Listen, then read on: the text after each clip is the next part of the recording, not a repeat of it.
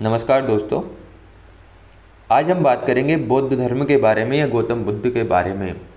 गौतम बुद्ध या बौद्ध धर्म से संबंधित महत्वपूर्ण प्रश्नों के बारे में चर्चा करेंगे। तो शुरू करते हैं पहले प्रश्न से। पहला प्रश्न है, बुद्ध का जन्म हुआ था ए लुम्बिनी, बी पाटलिपुत्र, सी वैशाली या डी कपिलवस्तु। तो बुद्ध के जन्म की बात की जाए तो बुद्ध का जन्म कपिलवस्तु के लुम्बिनी में हुआ था। इस प्रकार से ऑप्शन ए लुम्बिनी सही आंसर होगा। साथियों, अगला क्वेश्चन देखते हैं। गौतम बुद्ध का जन्म हुआ था ए 558 ईसा पूर्व, बी 563 ईसा पूर्व, सी 544 ईसा पूर्व या डी 561 ईसा पूर्व। तो गौतम बुद्ध का जन्म लगभग 563 ईसा पूर्व को कपिलवस्तु के लुम्बिनी में हुआ था। इस प्रकार से ऑप्शन बी 563 ईसा पूर्व सही आंसर होगा। अगला क्वेश्चन देखते हैं। गौतम बुद्ध की माँ किस वंश से संबंधित थी? ए कोली वंश, बी लिच्छवी वंश, सी शाक्य वंश या डी माया वंश। तो गौतम बुद्ध की माँ की बात की जाए तो गौतम बुद्ध की माँ कोली वंश से संबंधित थी। इस प्रकार से ऑप्शन ए कोली वंश सही आंसर होगा। नेक्स्ट क्वेश्चन देखते हैं। निम्न में से कौन सा नाम बुद्ध का दूसरा नाम है? ए प्रच्छन्न, बी पार्थ, सी गुडाकेश, डी मिहिर या ई इनमें से कोई नहीं। तो इनमें से गौतम बुद्ध का कोई भी नाम नहीं है। इस प्रकार से ऑप्शन ई सही आंसर होगा। साथियों, जब बुद्ध को ज्ञान की प्राप्ति हुई तो ज्ञान की प्राप्ति के पश्चात यह शाक्य मुनि कहलाए। इसके साथ ही इन्हें ज्ञान प्राप्ति के पश्चात बुद्ध कहा जाने लगा एवं इन्हें तथागत कहा जाने लगा। तथागत का अर्थ है सत्य है जिसका ज्ञान। अर्थात बुद्ध के अगर हम अन्य नामों की बात करें तो एक बुद्ध, तथागत, शाक्य मुनि थे। इस प्रकार से इन ऑप्शनों में ये नाम नहीं है। परिणाम स्वरूप ऑप्शन ई इनमें से कोई नहीं इसका सही आंसर होगा। अगला क्वेश्चन देखते हैं। बुद्ध के जीवन की किस घटना को महाभिनिष्क्रमण के रूप में जाना जाता है? ए उनका जन्म, बी उनका गृहत्याग, सी उनका महापरिनिर्वाण या डी उनका प्रबोधन। तो महाभिनिष्क्रमण जब बुद्ध द्वारा गृहत्याग किया गया, अर्थात जब उन्हें वैराग्य की प्राप्ति हुई या कहें वैराग्य की उत्पत्ति हुई, तो वैराग्य की उत्पत्ति के पश्चात जब बुद्ध द्वारा अपना गृह त्याग किया गया तो उस घटना को बौद्ध धर्म के महाभिनिष्क्रमण कहा गया। इस प्रकार से ऑप्शन बी उनका गृह त्याग सही आंसर होगा। नेक्स्ट क्वेश्चन देखते हैं। निम्नलिखित में से किस राजा के एक अभिलेख से सूचना मिलती है कि शाक्य मुनि बुद्ध का जन्म लुम्बिनी में हुआ था? अर्थात वह कौन राजा है जिसके अभिलेख से यह जानकारी मिलती है कि शाक्य मुनि बुद्ध का जन्म लुम्बिनी में हुआ था? ए कनिष्क, बी अशोक, सी धर्मपाल या सी डी हर्ष। तो अशोक इसका सही आंसर होगा। ऑप्शन बी अशोक के एक अभिलेख से यह जानकारी मिलती है। उस अभिलेख का नाम है रुम्मिनदेई अभिलेख। इससे जानकारी मिलती है कि बुद्ध का जन्म लुम्बिनी में हुआ था। इस प्रकार से लुम्बिनी को रुम्मिनदेई भी कहा गया। अतः इसका आंसर बी सही होगा। नेक्स्ट क्वेश्चन है। महात्मा बुद्ध का महापरिनिर्वाण कहाँ हुआ? ऑप्शन ए कपिलवस्तु में, बी कुशीनगर में, सी बोधगया में या डी लुम्बिनी में। तो गौतम बुद्ध को महापरिनिर्वाण की प्राप्ति बोधगया में, कुशीनगर में, कपिलवस्तु में, लुम्बिनी में से कुशीनगर में प्राप्त हुई थी। इस प्रकार से ऑप्शन बी कुशीनगर सही आंसर होगा। नेक्स्ट क्वेश्चन देखते हैं। महापरिनिर्वाण मंदिर अवस्थित है ए श्रावस्ती में, बी बोधगया में, सी सारनाथ में या डी कुशीनगर में। तो महापरिनिर्वाण जहाँ पर बुद्ध को महापरिनिर्वाण की प्राप्ति हुई थी, अर्थात कुशीनगर में इन्हें महापरिनिर्वाण की प्राप्ति हुई थी, वहीं पर महापरिनिर्वाण मंदिर है। इस प्रकार से ऑप्शन डी कुशीनगर सही आंसर होगा। नेक्स्ट क्वेश्चन देखते हैं। गौतम बुद्ध द्वारा अपने धर्म में दीक्षित किया जाने वाला अंतिम व्यक्ति निम्नलिखित में से कौन था? ए सुभद्र, बी मोग्गलान, सी सारिपुत्र या डी आनंद। तो बुद्ध द्वारा अंतिम व्यक्ति जिसे अपने धर्म में दीक्षित किया वह सुभद्र था। इस प्रकार से ऑप्शन ए सही आंसर होगा। बुद्ध अपने जीवन के अंतिम दिनों में पावा पहुंचते हैं। पावा में यह अपने शिष्य चुंद को यहाँ पर अपने धर्म में दीक्षित करते हैं या शिक्षा देते हैं।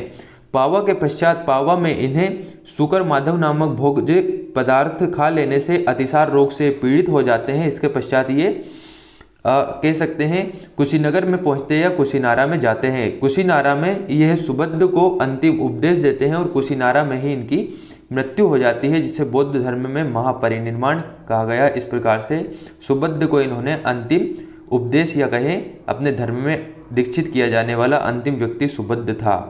नेक्स्ट क्वेश्चन की बात करते हैं, निम्नलिखित राज्यों में से किनका संबंध बुद्ध के जीवन से था? ए अवंती, बी गांधार, सी कौशल या डी मगध।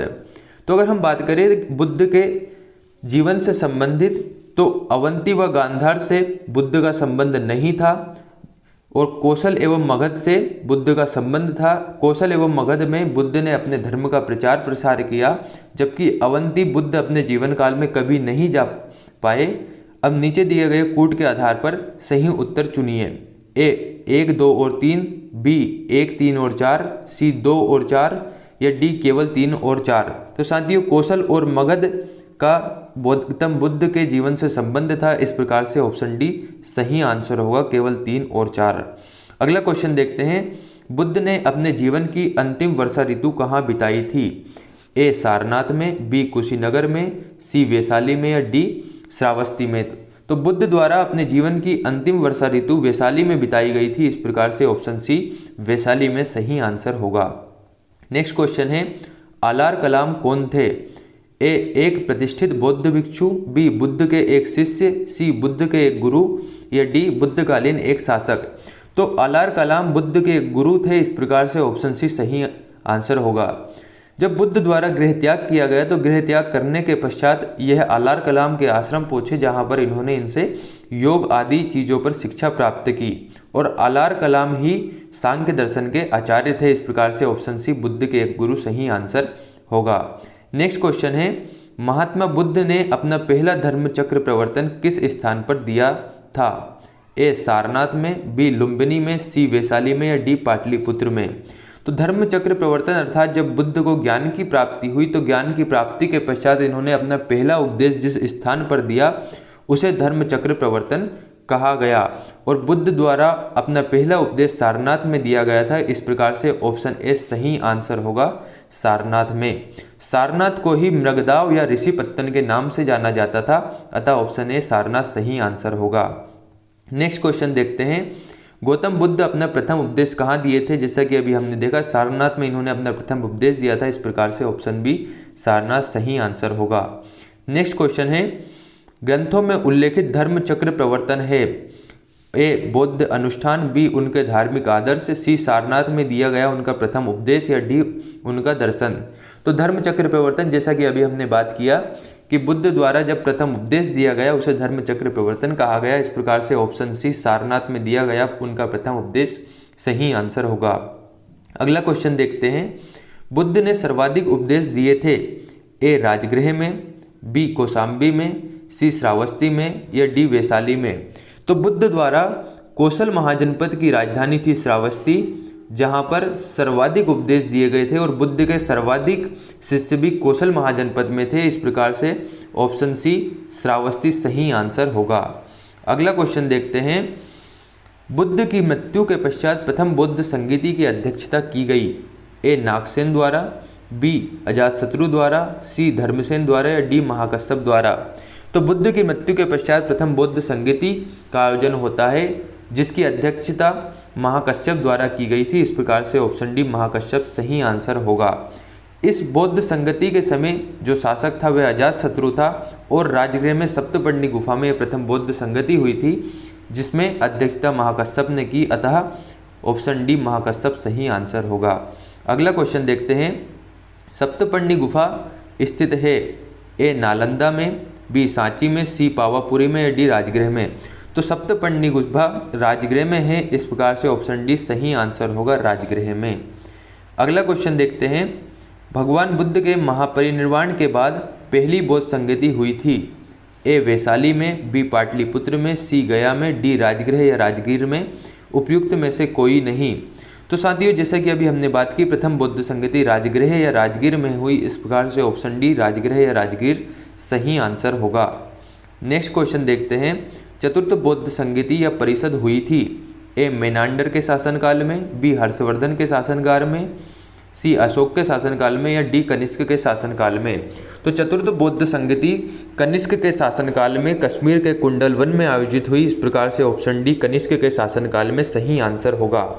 नेक्स्ट क्वेश्चन की ओर बढ़ते हैं। अगला क्वेश्चन है, निम्नलिखित पर विचार कीजिए। ए, बुद्ध में देवत्व रोपण अर्थात बुद्ध में देवत्व रोपण। बी, सेकंड बोधिसत्व के पथ पर चलना। तीसरा मूर्ति उपासना तथा अनुष्ठान। उपयुक्त में से कौन सी विशेषता या विशेषताएं महायान बौद्ध मत की है? अर्थात इन तीनों जो ऑप्शन है फर्स्ट, सेकंड व थर्ड में महायान बौद्ध की कौन सी विशेषताएं हैं? तो महायान बौद्ध की अगर विशेषताओं की बात करें तो पहला जो ऑप्शन है बुद्ध में देवत्व रोपण, ये सही है, अर्थात इन्होंने बुद्ध में देवत्व को देखा। सेकंड, बोधिसत्व के पथ पर चलना अर्थात बोधिसत्व अर्थात बुद्धत्व के पथ पर चलना और बोधत्व प्राप्त होने के पश्चात दूसरों को भी मुक्ति के पथ पर ले जाना ही बोधिसत्व है। तीसरा, मूर्ति उपासना तथा अनुष्ठान अर्थात मूर्ति उपासना भी इन्हीं के द्वारा प्रारंभ किया गया। इस प्रकार से तीनों ऑप्शन सही है। अतः अगर हम इनके ऑप्शनों की बात की जाए तो ऑप्शन सी 1, 2 और 3 तीनों ही सही होंगे। इस प्रकार से ऑप्शन सी इसका सही आंसर होगा, 1, 2 और 3। अगले क्वेश्चन की ओर बढ़ते हैं। नेक्स्ट क्वेश्चन है, प्रथम बौद्ध समिति का आयोजन हुआ था। ए, अजातशत्रु के शासनकाल में। बी, अनिरुद्ध के शासनकाल में। सी, उदयभद्र के शासनकाल में। या डी, बिंबिसार के शासनकाल में। जैसा कि अभी हमने बात की, अजातशत्रु के शासनकाल में राजगृह की सप्तपर्णी गुफा में प्रथम बौद्ध संगति आयोजित हुई।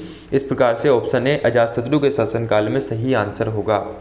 नेक्स्ट क्वेश्चन देखते हैं, निम्नलिखित में से किस नगर में प्रथम बौद्ध सभा आयोजित की गई थी? तो साथियों, जैसा कि सभी जानते हैं राजगीर में प्रथम बौद्ध सभा आयोजित की गई थी। इस प्रकार से इसका आंसर ऑप्शन डी, राजगीर सही होगा। नेक्स्ट क्वेश्चन देखते हैं, भारतीय कला में बुद्ध के जीवन की किस घटना का चित्रण मृग सहित चक्र द्वारा हुआ है? ए, निर्वाण। बी, प्रथम उपदेश। सी, संबोधि। या डी, महाभिनिष्क्रमण। तो जब बुद्ध द्वारा प्रथम उपदेश दिया गया तो प्रथम उपदेश बुद्ध द्वारा सारनाथ में दिया गया और सारनाथ को ही मृगदाव या ऋषिपत्तन के नाम से जाना जाता था। मृगदाव हरिण वन को कहा जाता था। इस प्रकार से इसका सही आंसर ऑप्शन बी, प्रथम उपदेश होगा। साथियों, अगले क्वेश्चन की ओर बढ़ते हैं। महात्मा बुद्ध के संबंध में निम्नलिखित कथनों में कौन सही है? कौन सा कथन सही है उसे बतलाना है। ऑप्शन ए, उनका जन्म कपिलवस्तु में हुआ था, सही है। बी, सेकंड, उन्होंने बोध गया में ज्ञान प्राप्त किया था, यह भी सही है। सी, उन्होंने वैदिक धर्म को अस्वीकार किया था, अर्थात उन्होंने वैदिक धर्म को स्वीकार नहीं किया, तीसरा ऑप्शन भी सही है। चौथा, उन्होंने आर्य सत्य का प्रचार किया था, यह भी सत्य है, अर्थात चारों जो ऑप्शन है वह चारों ऑप्शन सत्य है। तो अगर हम बात करें इसके ऑप्शन की तो ऑप्शन सी 1, 2, 3 और 4, ऑप्शन सी इसका सही आंसर होगा। अगले क्वेश्चन की ओर बढ़ते हैं। नेक्स्ट क्वेश्चन है, बोध गया में महाबोधि मंदिर बनाया गया जहां ए, गौतम बुद्ध को ज्ञान प्राप्त हुआ।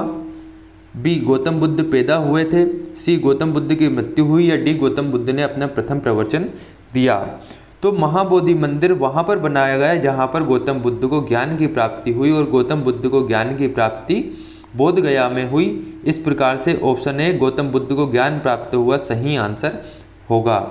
अगला क्वेश्चन देखते हैं। नेक्स्ट क्वेश्चन है, निम्नलिखित में से कौन सा बौद्ध पवित्र स्थल निरंजना नदी पर स्थित है? ए, कुशीनगर। बी, लुम्बिनी। सी, बोधगया। या डी, ऋषिपत्तन।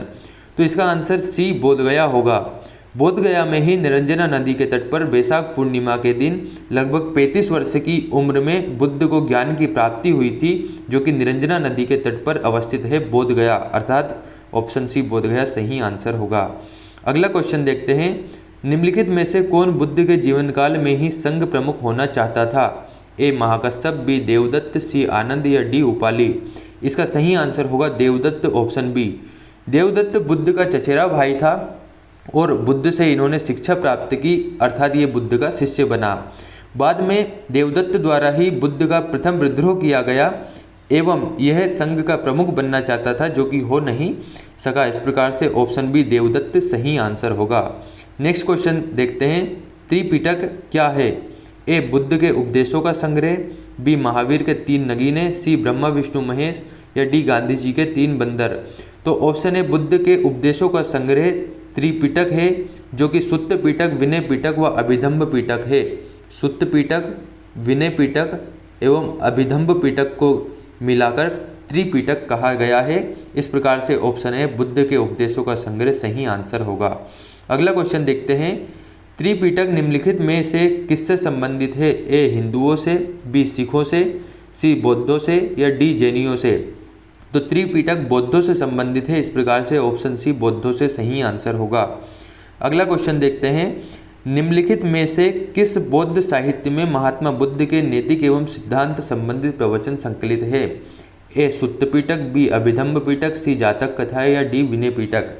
तो बुद्ध के नैतिक एवं सिद्धांत संबंधित प्रवचन सुत्त पिटक में दिए गए हैं, इस प्रकार से ऑप्शन है सुत्त पिटक सही आंसर होगा। जबकि अभिधम्म पिटक की बात करें तो अभिधम्म पिटक में दार्शनिक बातें कही गई है। वहीं जातक कथाओं की बात करें तो जातक कथाओं में बुद्ध के पुनर्जन्म से संबंधित कथाएं हैं और विनय पिटक में संघ के नियम को बतलाया गया है। इस प्रकार से नैतिक एवं सिद्धांत संबंधित प्रवचन सुत्त पिटक में दिए गए हैं, अतः ऑप्शन ए सही आंसर होगा। नेक्स्ट क्वेश्चन देखते हैं, बौद्ध धर्म में त्रिरत्न का क्या अभिप्राय है? ए बुद्ध धर्म संघ, बी त्रिपिटक, सी सत्य अहिंसा करुणा या डी सील समाधि संघ? तो त्रिरत्न का अभिप्राय बुद्ध धम्म और संघ से है, इस प्रकार से ऑप्शन ए सही आंसर होगा। नेक्स्ट क्वेश्चन देखते हैं, अशोकाराम विहार निम्नलिखित में से किस स्थान पर स्थित है? ए श्रावस्ती, बी कौशाम्बी, सी पाटलिपुत्र या डी वैशाली? तो अशोकाराम विहार पाटलिपुत्र में है, जिसका निर्माण अशोक ने करवाया था, इस प्रकार से ऑप्शन सी पाटलिपुत्र सही आंसर होगा। नेक्स्ट क्वेश्चन है, वह स्तूप स्थल जिसका संबंध भगवान बुद्ध के जीवन की किसी घटना से नहीं रहा है वह है, अर्थात वह कौन सा स्तूप है जिसका संबंध बुद्ध के जीवन की किसी भी घटना से नहीं है? ए कुशीनारा, बी बोधगया, सी सांची या डी सारनाथ? तो इसका सही आंसर सांची ऑप्शन सी होगा। सांची से भगवान बुद्ध के जीवन की किसी भी घटना का संबंध नहीं है। जबकि अगर हम कुशीनारा की बात करें तो यहाँ पर बुद्ध को महापरिनिर्वाण की प्राप्ति हुई थी, बोधगया में ज्ञान की प्राप्ति हुई थी और सारनाथ में इन्होंने पहला उपदेश दिया था। इस प्रकार से ऑप्शन सी सांची सही आंसर होगा। नेक्स्ट क्वेश्चन है, अनात्मवाद सिद्धांत है, ऑप्शन बी बौद्ध दर्शन का। अनात्मवाद सिद्धांत बौद्ध दर्शन का है, इस प्रकार से बौद्ध दर्शन का सही आंसर होगा ऑप्शन बी। नेक्स्ट क्वेश्चन है, निम्नलिखित में से किसे एशिया के ज्योतिपुंज के तौर पर जाना जाता है? ए स्वामी विवेकानंद, बी महावीर स्वामी को, सी महात्मा गांधी को या डी गौतम बुद्ध को? तो एशिया के ज्योतिपुंज के नाम से गौतम बुद्ध को जाना जाता है, इस प्रकार से ऑप्शन डी गौतम बुद्ध सही आंसर होगा। नेक्स्ट क्वेश्चन है, क्षणिकवाद का प्रतिपादन किसने किया है? ए न्याय, बी चार्वाक, सी बुद्ध, डी जैन या इनमें से कोई नहीं? तो क्षणिकवाद का जो प्रतिपादन किया है वह बुद्ध ने किया है। क्षणिकवाद के प्रतिपादन के अनुसार बुद्ध का कहना है कि संसार की सभी वस्तुएं क्षणिक है, अर्थात दुख भी क्षणिक है और सुख भी क्षणिक है। इस प्रकार से क्षणिकवाद का जो सिद्धांत है वह बुद्ध का है, ऑप्शन सी बुद्ध इसका सही आंसर होगा। नेक्स्ट क्वेश्चन देखते हैं। साथियों, ये हमारे बौद्ध धर्म से संबंधित कंप्लीट क्वेश्चन होते हैं। इसके पश्चात हम बात करेंगे जैन धर्म के बारे में। अभी तक आपने अगर चैनल को सब्सक्राइब नहीं किया है तो चैनल को जरूर सब्सक्राइब करें व बेल आइकन को दबाना ना भूलें। धन्यवाद।